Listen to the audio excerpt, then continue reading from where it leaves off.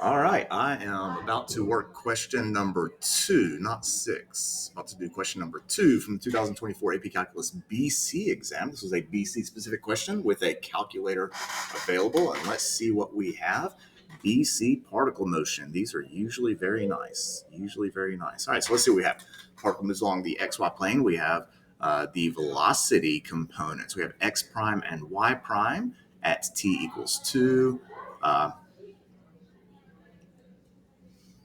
So we have a, all right, so I'm going to do a little notes to myself here as I game plan for this. So x prime of t is going to be stored in my calculator for Vx. I'm going to call it Vx for the velocity of x at t. Y prime of t, I will define in my calculator as Vy, the velocity component for y of t. That's going to be in my calculator. Then they then give you an initial condition when t is 2. So my x coordinate at time 2, or my x position at time 2 is 3, and the y coordinate at time 2 is 6. And before I do anything else, I'm going to go to my calculator and define those two velocity components. So Vx of t, I have to define first. Define Vx of t is equal to 8t minus t squared. That's a really clean function. Double check that it is entered correctly. And it is.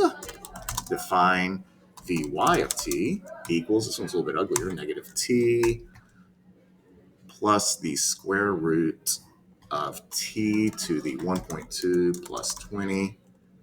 All of that is entered correctly. Double checking. And I like that. Good. So everything is now stored in my calculator and I'm ready to go. Find the speed of the particle at time t equals 2. So this is a nice question. Speed at time t equals 2 is going to be the derivative, is basically this the magnitude of your velocity vector. So x prime of 2 squared plus y prime of 2 squared. And we will punch that in a calculator. Now you could, because this is because you don't have to clean up your answers, it is acceptable because they gave you x prime and y prime. You could actually just write down 8 times 2 minus 2 and square that, 2 squared, because that's your x prime, plus, and then for y, it's negative 2 plus the square root of 2 to the 1.2 plus 20, all squared. And that is an acceptable answer. So you can write it down like that, and you can leave it if you happen to have some calculator issues or whatever. But I'm going to punch this in, the square root of Vx of 2, that's not a 2, 2 squared, plus Vy of 2 squared, enter, and I'm getting 12.3048. Now, I personally would not have ever written that middle piece. I would have written this expression, x prime of 2 squared plus y prime of 2 squared, under the radical and jump straight to the answer.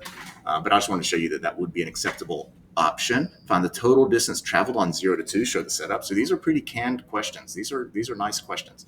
Total distance is the antiderivative of the magnitude of velocity. And that is true for AB and BC. However, if it's parametrically defined, the magnitude of velocity is basically your speed formula, x2, it's x prime of t squared plus y prime of t squared dt. We'll go to the calculator and throw this in. It does say to, yeah, so we do need to evaluate it. So I'll be shift plus, we are going from 0 to 2 of the square root of, and I have my functions defined as Vx of t squared plus Vy of t squared dt. That's all in there correctly. 15.9017. And you don't have to go to 4 decimals. I only will write the 4th decimal if we have that option of rounding or truncating. So they would accept 15.902 or 15.901. They're both accepted. Number C, find the y coordinate of the position at time 0 and show the setup. So this is an anticipated question. When I saw the initial condition right here, I figured they were going to ask this eventually. So my y coordinate at time 0, I have my y coordinate at time 2. I just need to know how much y changes. And that is found by doing the antiderivative of y prime on the interval 2 to 0 And I know that looks backwards because we want the lower number to be on the bottom limit, the lower limit of integration. However, it doesn't have to be that way. So y of 2 plus the interval from 2 to 0. Back to my calculator, y of 2 is 6. So 6 plus the antiderivative from 2 to 0 of Vy of t dt. And man, defining those functions is saving me a lot of time and ensuring accurate answers. Negative 1.1736. Negative 1.1736. I think we're good. And it's not uncommon for D to be a challenging question after 3. Those are softball. These are nice questions. Nice questions. On 2 to 8, the particle remains in the first quadrant. Find all the times when the particle is moving towards the x-axis. So if you're moving towards the x-axis, you're moving left. And if you're moving, oh, no, I take that back. Oh, gosh. Okay, we are in the first quadrant. So they tell us we're in the first quadrant. So back to this. For a second, I thought we had a much more difficult question. If I'm in the first quadrant and moving towards the x-axis in any way, my y's are decreasing. Therefore, my goal is to find out when is y prime of t negative. So your y's decrease. If we're in the first quadrant, we will approach the x-axis when your y's are decreasing. So I'm going to start by finding when y prime. So my question now, when is y prime of t negative? And I'm going to start by finding when y prime of t is actually equal to 0, because any positive and negative intervals will be separated by those zeros. So I go to my graph screen, and I need to graph the velocity of y. This is now in terms of x, and we're on the interval 2 to 8. So I'm going to go menu, window, settings. I need to go 2 to 8 only. And you go in there, you're going to get a recorder. I was calculus on the ADV3. Okay, so I just broke my train of thought there for a second. Okay, so we're trying to find when the derivative of y is negative. And so here is my graph of the derivative of y. There's only that 1, 0. I'm going to go ahead and find that 0. Analyze 0. And I'm getting 5.221. T equals 5.221. Was it 8 after that? Yeah, 5.2218. And now number lines are completely not graded on the AP exam. They are a good way to organize my thoughts. So I'm going to say I have my critical number at 5.2 whatever, and I'm going to test a point on the right side, and I'm going to test a point on the left side.